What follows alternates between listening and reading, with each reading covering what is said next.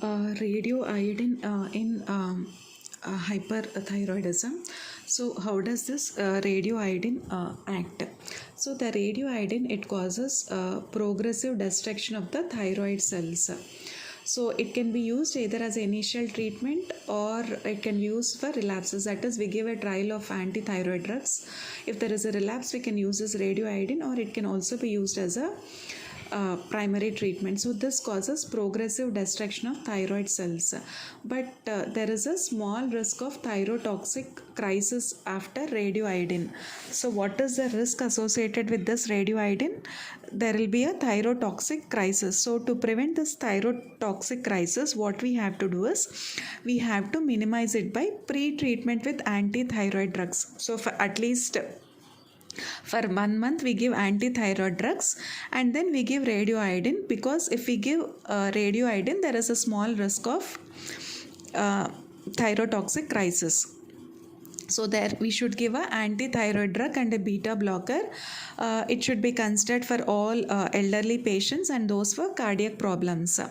And after giving this anti-thyroid drugs, this carbimazole or methimazole, it should be stopped 2 to 3 days before radioiodine administration. So 1 month we will be administering, and before administering radioiodine we will be stopping this anti-thyroid drugs 2 to 3 days before radioiodine administration, so that they can achieve optimum iodine uptake.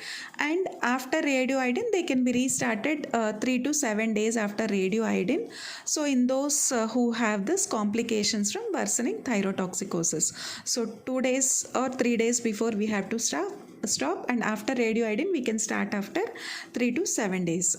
And propyl thiouracil appear to have a prolonged radio protective effect, and it should be stopped for a longer period before radioiodine is given, or a larger dose of radioiodine will be necessary. Supposing if we have put the patient on propyl thiouracil, we have to stop it for a longer period before radioiodine is given, or we have to increase the dose of radioiodine.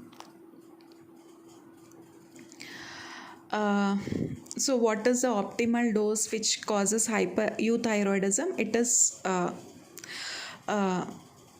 efforts to calculate this has been it has not been successful.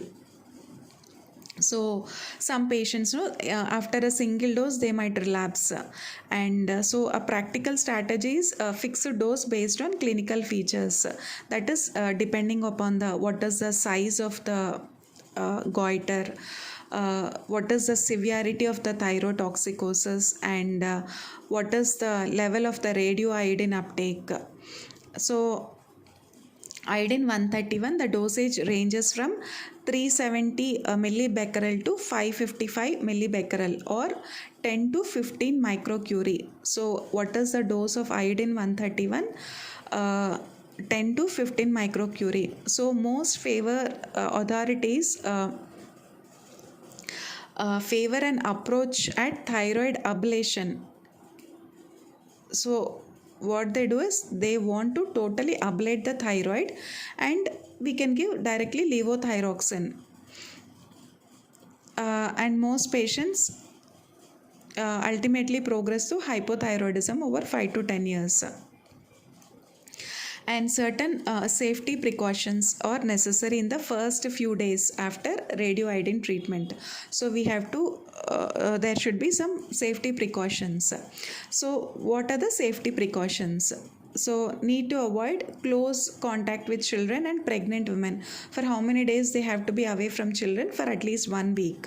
Why? Because there is a possible transmission of residual isotope and exposure to the radiation. So some radiation will be emanating from the gland, and sometimes there will be a transmission of residual isotope, and rarely there may be a mild pain due to radiation thyroiditis 1 to 2 weeks after treatment. So 1 to 2 weeks after treatment, what will be there? There will be a pain because of the radiation thyroiditis. So hyperthyroidism can persist for 2 to 3 months before radioiodine. So for this reason we have to start again beta blockers and anti-thyroid drugs. If there is a persistent hyperthyroidism in spite of giving radioactive iodine, again this can be treated with a second dose of radioiodine. So this second dose, it is usually given 6 months after the first dose. Again, if there is a relapse, we can start the second dose of radioiodine. So when do we have to give the second dose? Usually 6 months after the first dose.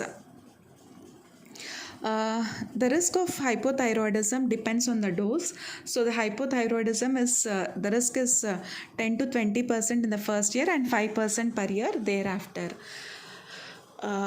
So first year, we have to closely monitor for annual thyroid function testing should be done to prevent the hypothyroidism. And then we have pregnancy and breastfeeding. They are absolute contraindications for radioiodine treatment. So pregnancy and breastfeeding are absolute contraindications, but patients can conceive 6 months after treatment, they can conceive. So ophthalmopathy in smokers, they require caution.